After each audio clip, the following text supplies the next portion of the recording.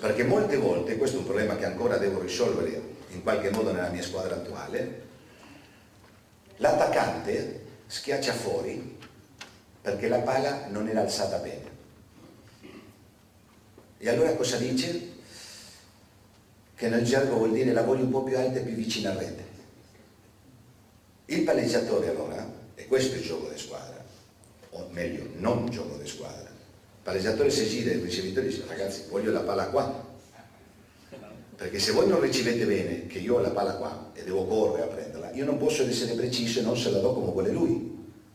Per cui lui schiaccia fuori perché io non se la do come vuole lui, ma io non le do come vuole lui perché voi ricevete male. A quel punto i ricevitori si girano a trovare su chi scaricare, ma i ricevitori ricevono la battuta avversaria, per cui non possono dire all'avversario batte facile, così io ricevo bene, lì finisce la catena.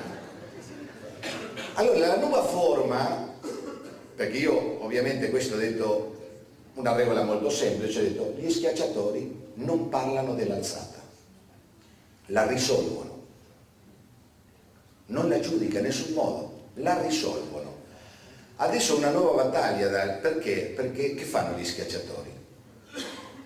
Non dicono la voglio più così perché sanno che io sto così, con l'ascia in mano, per cui non lo dicono. Cosa fanno? Ogni volta che è buona le dicono perfetta. Non le dicono e quella era brutta, ma se dicono questa è perfetta vuol dire che quell'altra non lo era. E in definitiva parlano dell'alzata e io mi innervosisco. Continuano a parlare dell'alzata.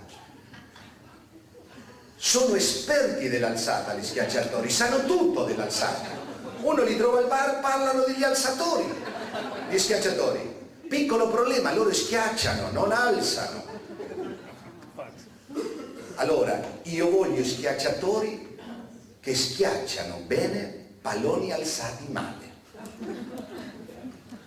Voglio questi, perché questi poi, quelli alzati bene, li schiacciano benissimo, non bene. Uno che schiaccia bene i palloni alzati male, quelli alzati bene li schiaccia benissimo. Voglio quelli lì.